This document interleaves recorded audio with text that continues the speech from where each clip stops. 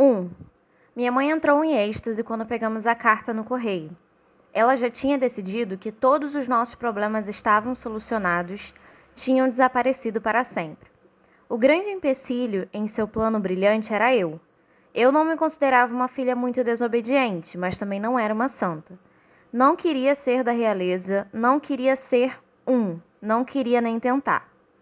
Escondi-me no meu quarto, o único lugar onde podia fugir do falatório da casa cheia.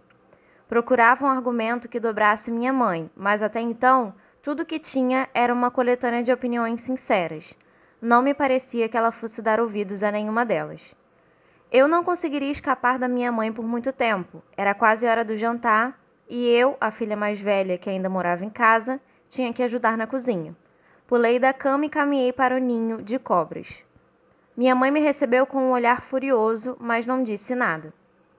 Nós duas nos movíamos pela cozinha e pela sala de jantar sem falar, como em uma dança silenciosa, enquanto preparávamos frango, macarrão e torta de maçã e punhamos a mesa para 5 pessoas.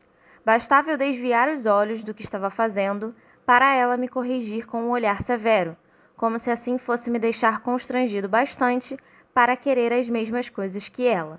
Minha mãe usava essa tática às vezes.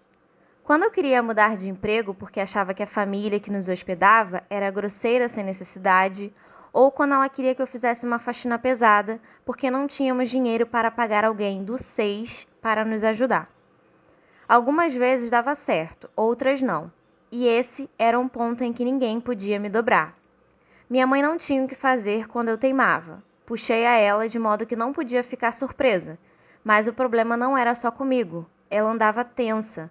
O verão chegava ao fim e logo viriam os meses frios e as preocupações. Minha mãe botou a jarra de chá na mesa com raiva. Fiquei com a boca cheia d'água só de imaginar o chá gelado com limão. Mas eu tinha que esperar. Seria um desperdício tomar meu copo agora e depois ter que beber água no jantar. Mas você vai morrer se preencher o formulário? Ela disse sem se aguentar. A seleção pode ser uma oportunidade maravilhosa para você, para todos nós. Suspirei alto, pensando que preencher aquele formulário seria como a morte para mim. Não era segredo que os rebeldes, as colônias subterrâneas que odiavam Iléa, nosso vasto e relativamente jovem país, investiam em ataques cada vez mais frequentes e violentos ao palácio. Já tínhamos visto os rebeldes em ação em Carolina. A casa de um dos magistrados fora completamente incendiada e os carros de pessoas da 2 foram destruídos. Houve até uma espetacular fuga da prisão.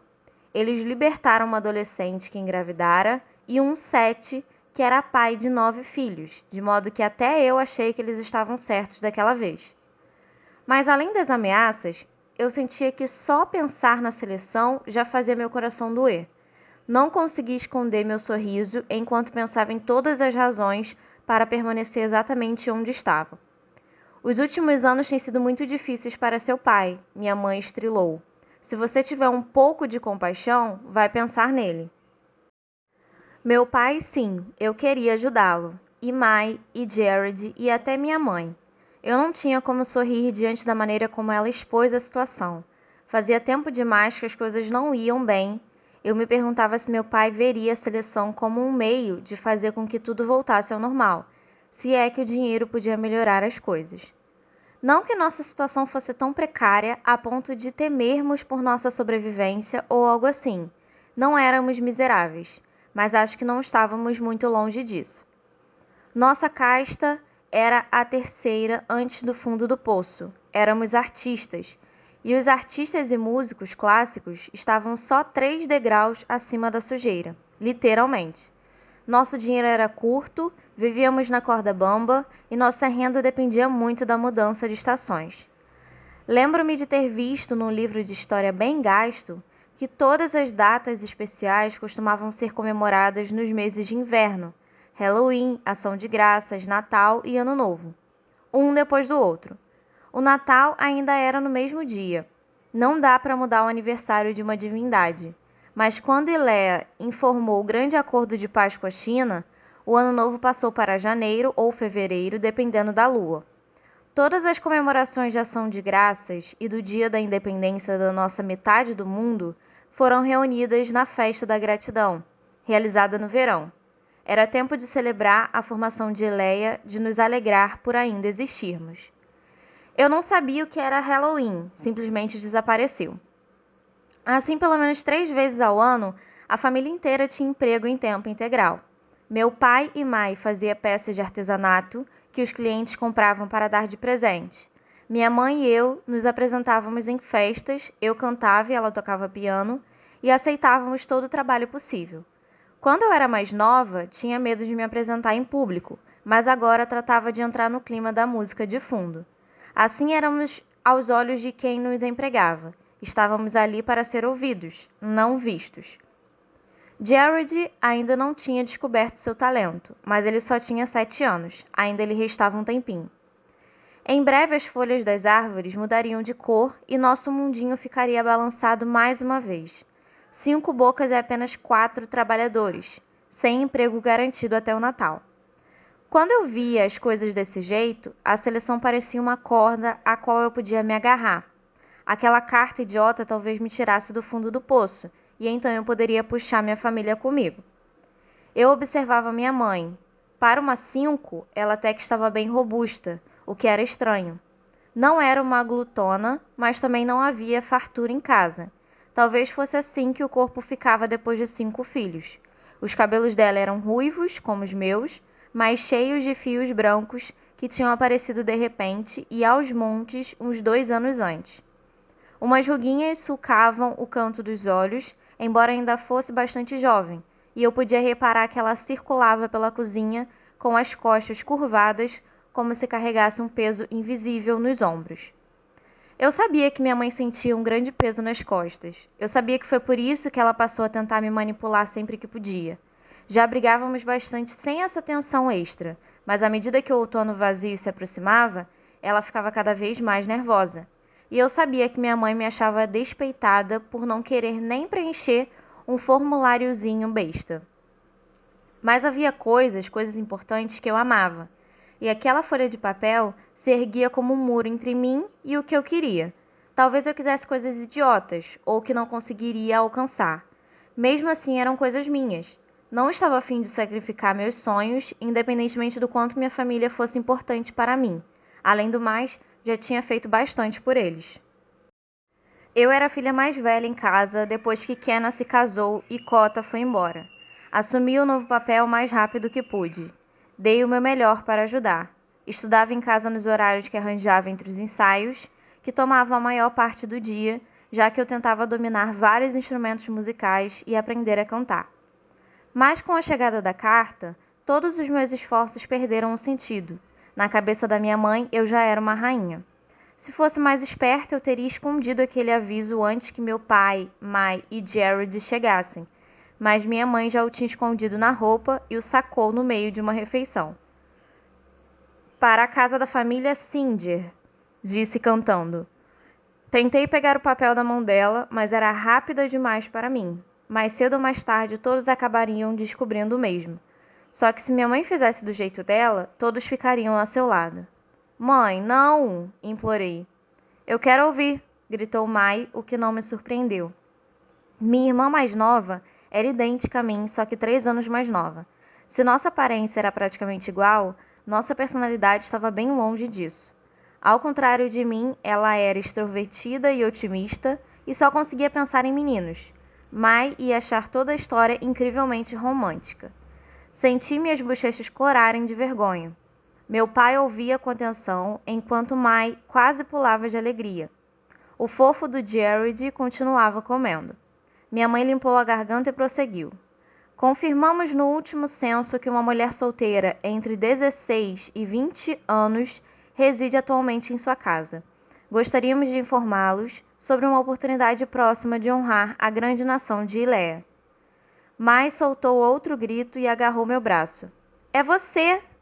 Eu sei, sua macaquinha. Solte, senão você vai quebrar meu braço. Mas ela apertou minha mão e deu mais uns pulinhos. Nosso amado príncipe, Maxon Shivi, continuou minha mãe. Atinge a maioridade este mês. Para adentrar esta nova fase de sua vida, ele deseja ter uma companheira a seu lado, uma verdadeira filha de Leia.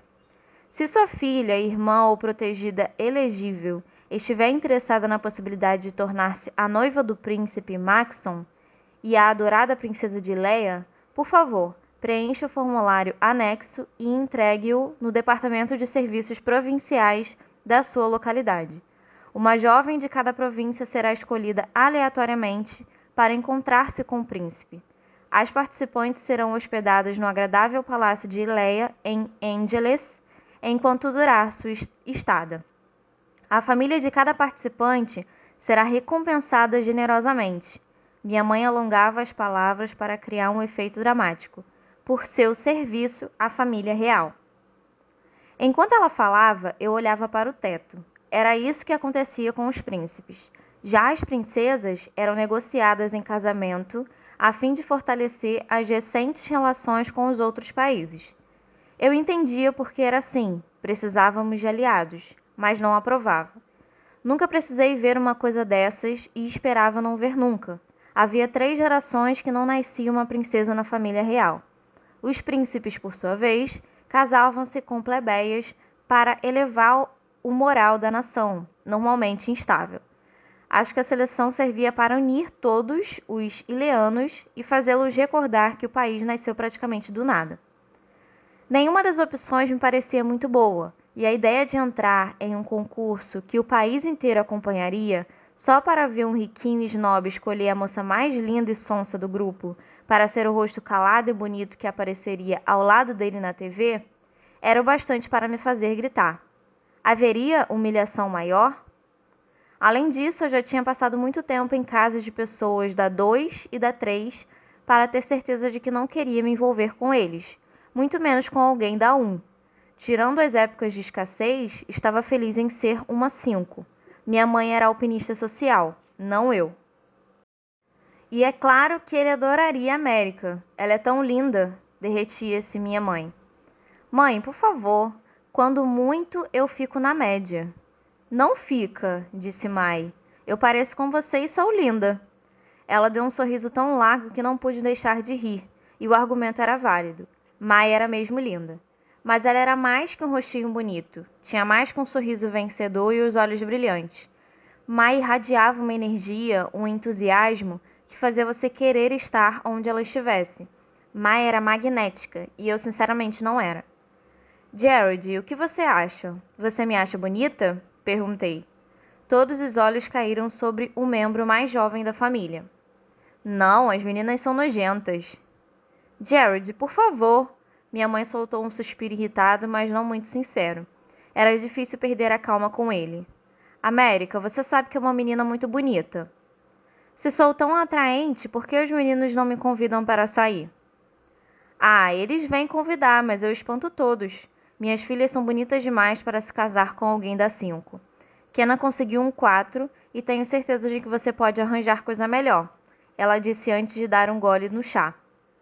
O nome dele é James. Pare de chamar o marido de Kenna pelo número. E desde quando garotos vêm aqui?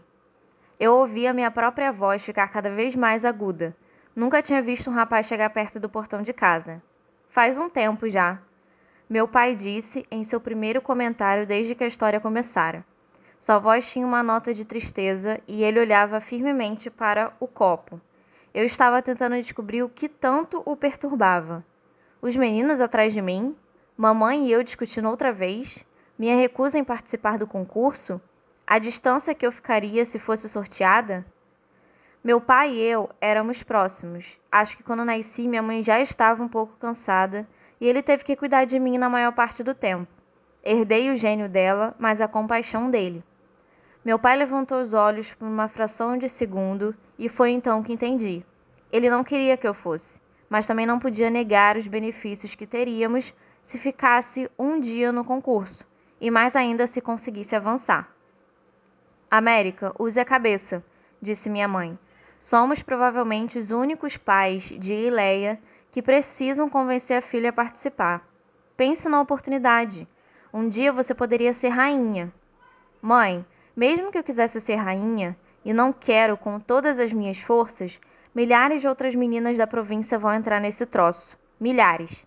E se por acaso eu fosse sorteada, ainda teria que competir com outras 34, todas certamente mais sedutoras do que eu jamais conseguiria fingir ser. Jared apurou os ouvidos. O que é uma menina sedutora? Nada, respondemos em coro. É ridículo imaginar que eu poderia ganhar, concluí. Minha mãe afastou a cadeira da mesa, levantou-se e depois se inclinou sobre a mesa na minha direção.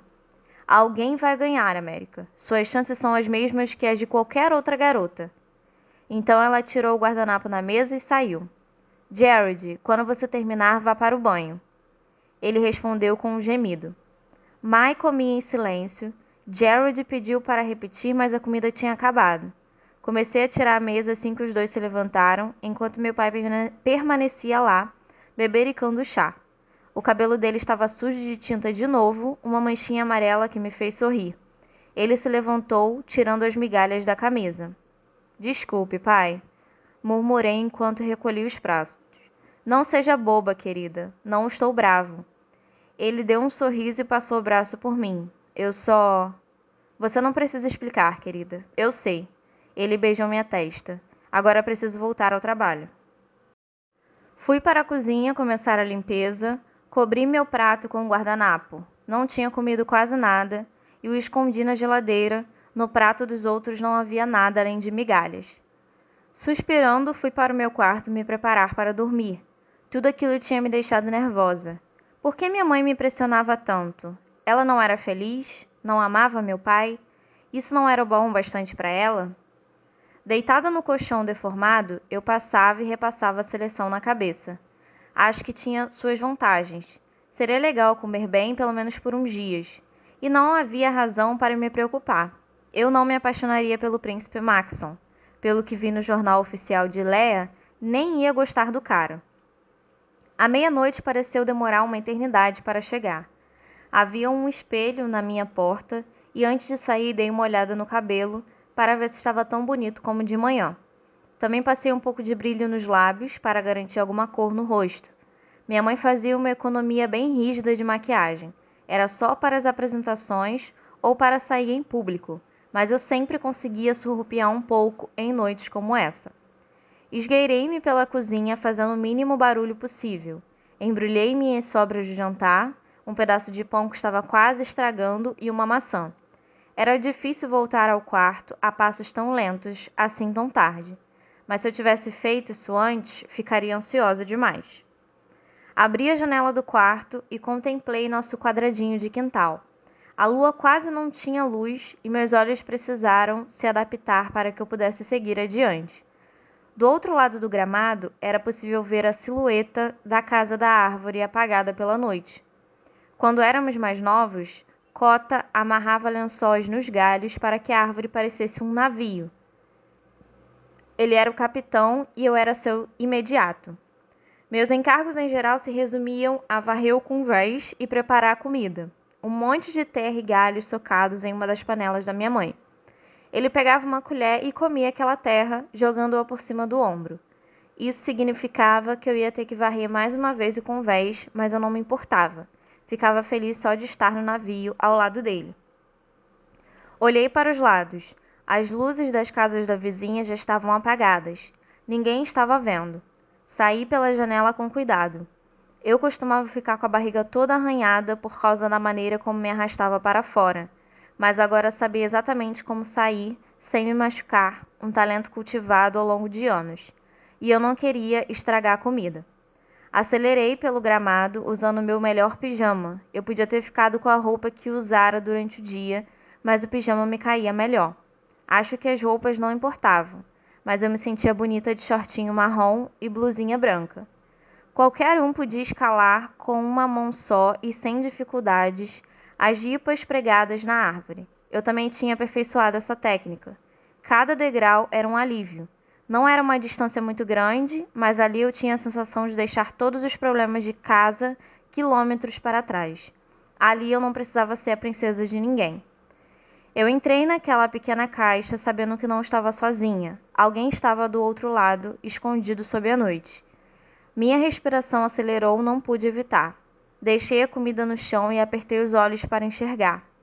A pessoa se mexeu e acendeu um toco de vela. A luz era fraca, ninguém poderia vê-la, mas bastava. Finalmente o invasor falou, abrindo um sorriso malicioso. E aí, linda? 2. Arrastei-me mais para dentro da casa da árvore. Era um cubículo de 1,5 m por 1,5 m. Nem mesmo Jared podia ficar em pé lá dentro. Mas eu amava aquela casa. Tinha uma entrada pela qual só se passava agachado e uma janela minúscula na parede oposta. Havia uma banqueta velha em um dos cantos para servir de suporte para a vela e um carpete tão gasto que era quase o mesmo que sentar diretamente na madeira. Não era muita coisa, mas era o meu paraíso. Nosso paraíso. Por favor, não me chame de linda. Primeiro minha mãe, depois Mai e agora você. Isso está me dando nos nervos. Pelo jeito que Aspen me olhava, notei que minhas palavras não me deixavam mais feia. Ele sorriu. Não consigo evitar. Você é a coisa mais linda que já vi na vida. Não me condene por dizer isso quando posso.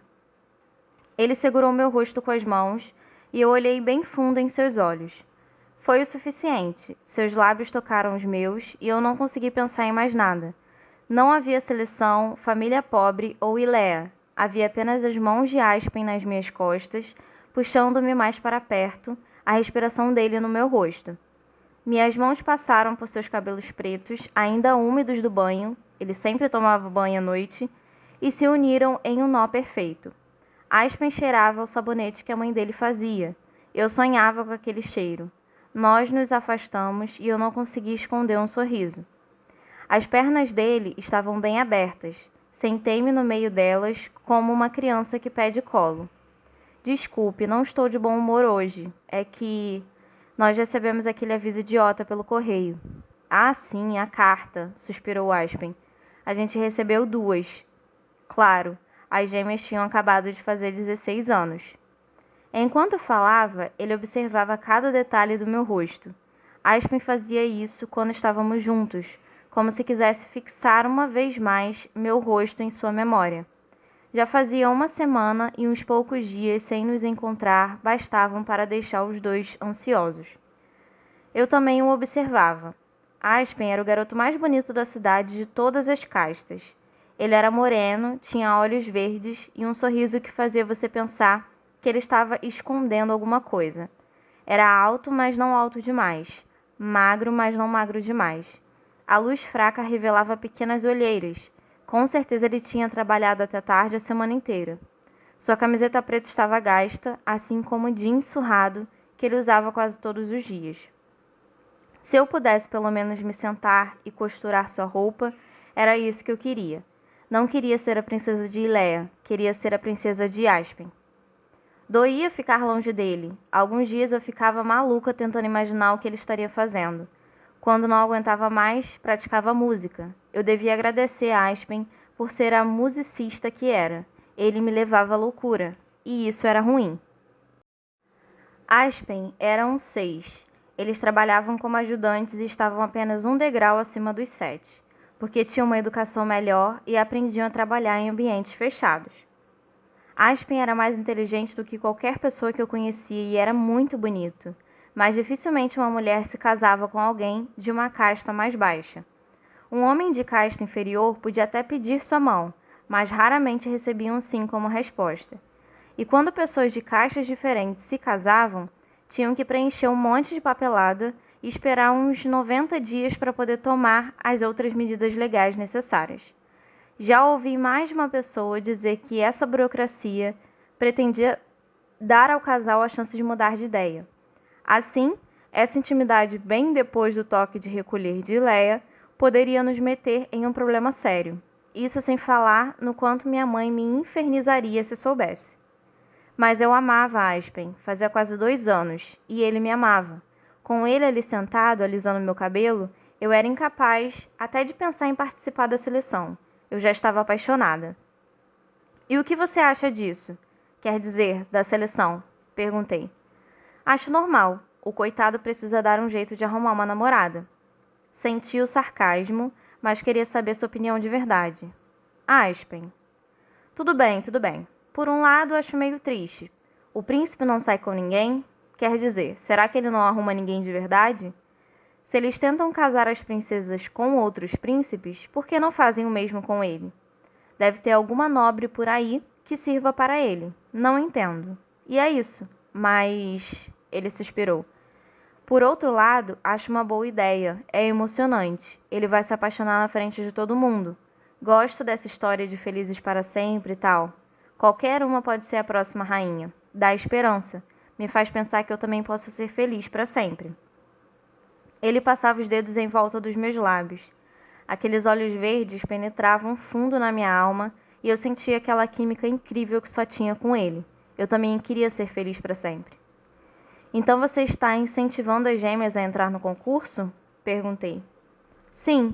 Quer dizer, a gente já viu o príncipe algumas vezes. Ele parece ser um cara legal. Quer dizer, é um imbecil com certeza, mas é simpático. E as meninas estão empolgadas. É engraçado de ver. Elas estavam dançando pela casa quando cheguei do trabalho hoje. E ninguém pode negar que seria bom para a família. Minha mãe está otimista porque temos 2 participantes em casa. Era a primeira boa notícia que eu recebia sobre essa competição terrível. Não podia acreditar que tinha pensado tanto em mim que nem cheguei a me lembrar das irmãs de Aspen. Se uma delas passasse, se uma delas entrasse... Aspen, você tem noção do que isso significa? Se Camber ou Celia ganhassem? Ele me abraçou mais forte, acariciando minha testa com os lábios. Uma de suas mãos subia e descia nas minhas costas. Só pensei nisso hoje, ele confessou. O tom rouco de sua voz não deixava espaço para nenhum outro pensamento. Eu só queria que ele me tocasse e me beijasse. E era exatamente isso que aconteceria naquela noite se seu estômago não tivesse roncado e me acordado para a realidade.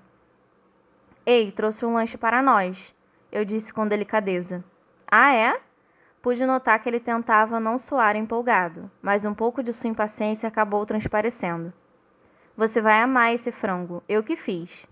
Peguei um embrulho e entreguei a ele, que começou a beliscar a comida sem afobação. Deu uma mordida na maçã, insinuando que era nossa, mas abri mão da minha parte e deixei que comesse o resto. Se a alimentação era uma preocupação na minha casa, na de Aspen era uma tragédia.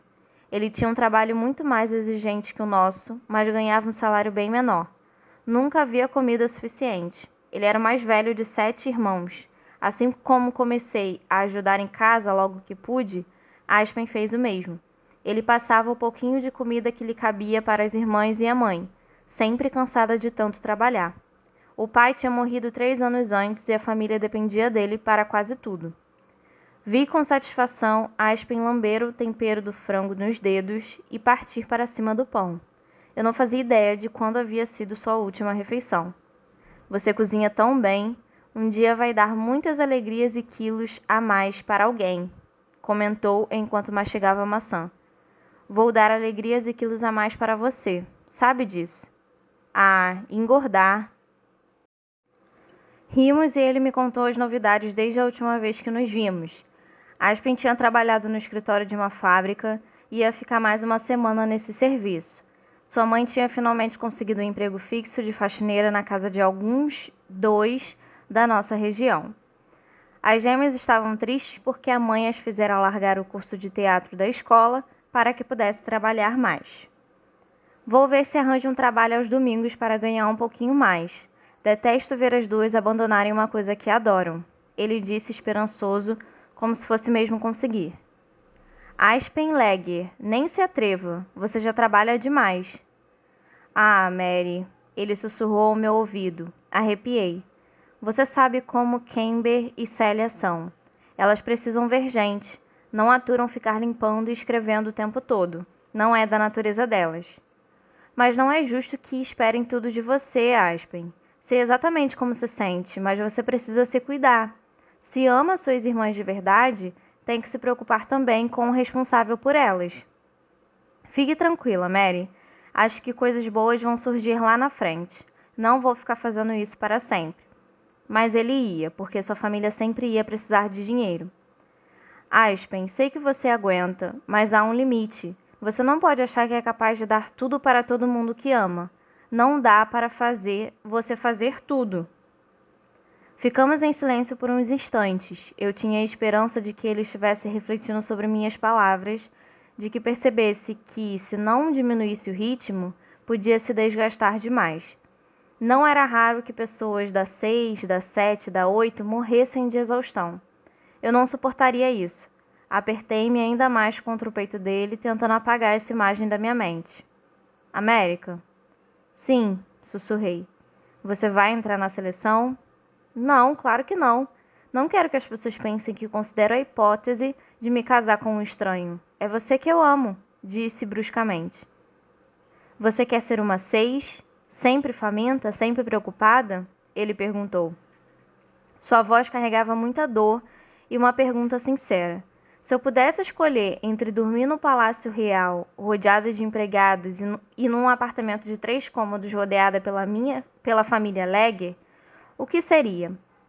Aspen, nós vamos conseguir, somos inteligentes, vamos ficar bem. Eu disse, desejando que isso acontecesse de verdade. Você sabe que as coisas não vão ser assim, Mary. Eu ainda teria que sustentar minha família. Não sou do tipo que abandona os outros. Estremeci nos braços de Aspen, que continuou. E se tivermos filhos? Quando tivermos filhos, e vamos tomar cuidado. Não precisamos ter mais de 2. Você sabe que isso é uma coisa que não podemos controlar. Senti a raiva tomando conta da voz dele. Não podia culpá-lo. Quem tinha dinheiro podia controlar o número de filhos, mas os 4 em diante tinham que se virar. Esse foi o assunto de muitas das nossas discussões nos 6 meses anteriores, quando começamos a pensar seriamente no jeito de ficar juntos. Filhos eram uma incógnita, e quanto mais deles, mais trabalho. Já havia tantas bocas famintas. De novo veio o silêncio. Nenhum dos dois sabia ao certo o que dizer. Aspen era passional, tendia a se exaltar nas discussões. Ele tinha aprendido a se conter antes de ficar irritado demais. Era o que estava fazendo agora. Eu não queria deixá-lo preocupado ou nervoso. Acreditava mesmo que podíamos lidar com a situação. Se planejássemos, sobreviveríamos ao impossível. Talvez eu fosse esperançosa demais. Talvez estivesse apaixonada demais. O fato é que realmente acreditava que Aspen e eu alcançaríamos tudo o que quiséssemos de coração. Acho que você devia... Ele soltou de repente. Devia o quê? Participar da seleção. Olhei para ele furiosa. Você perdeu o juízo? Escute, Mary. Sua boca estava bem perto do meu ouvido. Não era justo. Ele sabia que isso ia me distrair. Sua voz veio devagar, aos sussurros, como se ele fosse dizer algo romântico, embora se tratasse do contrário.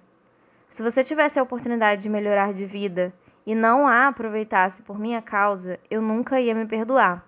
Não ia aguentar uma coisa dessas. Respondi bufando. Mas que ridículo! Pense nos milhares de garotas que vão participar. Não vou nem ser sorteada. Se não vai ser sorteada, por que se preocupar? Ele esfregava meus braços com as mãos. Eu não conseguia resistir.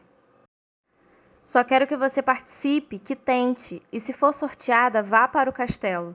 Se não for, pelo menos não vou sofrer por ter impedido você. Mas, Aspen, eu não amo o príncipe. Não gosto dele, nem o conheço. Ninguém o conhece, e esse é o ponto. Talvez você goste dele. Chega, é você que eu amo. E é você que eu amo. Ele me beijou para confirmar essas palavras. E se me ama, vai fazer isso, para que eu não fique louco de tanto pensar no que poderia ter acontecido.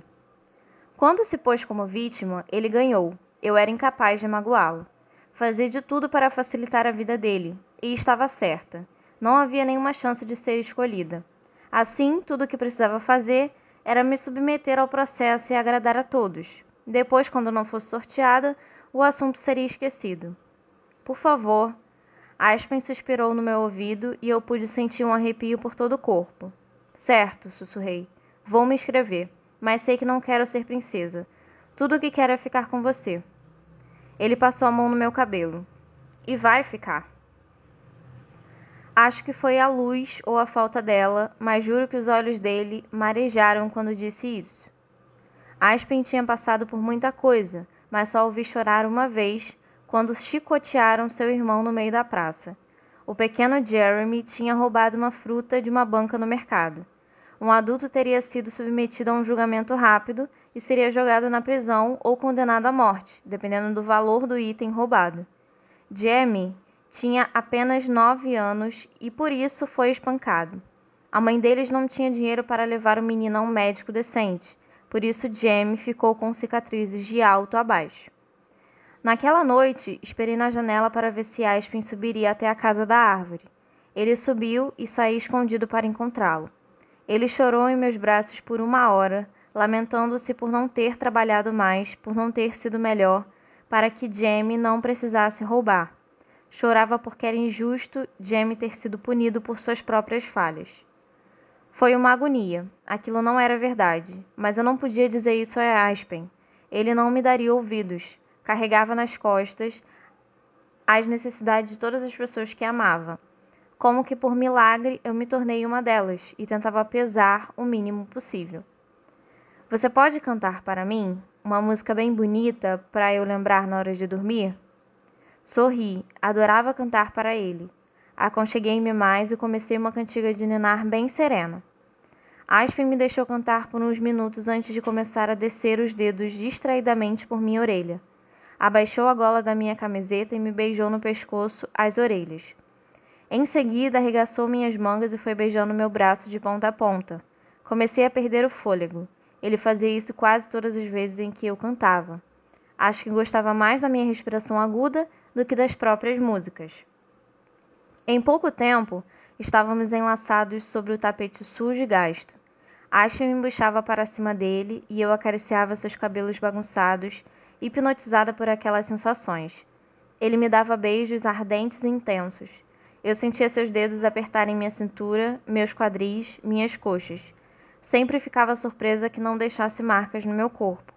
Tomávamos o cuidado de sempre parar antes de chegar ao que realmente queríamos. Desrespeitar o toque de recolher já era bastante. Ainda assim, com todas as limitações, eu não conseguia imaginar que alguém em Leia tivesse mais apaixonado que nós. Eu te amo, América Singer. Vou te amar enquanto viver. A voz dele transmitia uma emoção profunda e me pegou desprevenida. Eu te amo, Aspen. Você sempre será meu príncipe. E ele me beijou até a vela se consumir por inteiro. Devia fazer horas que estávamos lá e meus olhos começaram a pesar. Aspen nunca se importava com o próprio sono, mas não podia suportar o meu. Assim desci a escada cansada, levando o prato e uma moeda. Aspen se deliciava com minhas canções. Às vezes, quando tinha algum dinheiro no bolso, ele me dava uma moeda para pagar pela música. Eu queria que ele desse cada moeda que conseguisse juntar para a própria família. Sem dúvida, eles precisavam até do último centavo. Mas aquelas moedas, que eu era incapaz de gastar, serviam como um lembrete de tudo que Aspen queria fazer por mim e de tudo que eu significava para ele. De volta ao quarto, tirei o pote cheio de moedas do esconderijo e escutei o alegre tilintar da mais nova sobre as antigas. Esperei 10 minutos na janela até ver a silhueta dele descer a escada e correr pela estrada. Fiquei acordada mais um pouco, pensando em Aspen e no quanto eu o amava e me sentia amada por ele. Era uma sensação especial, insubstituível, que não tinha preço. Nenhuma rainha no trono poderia se sentir mais importante que eu. Adormeci com esse pensamento gravado no fundo do coração.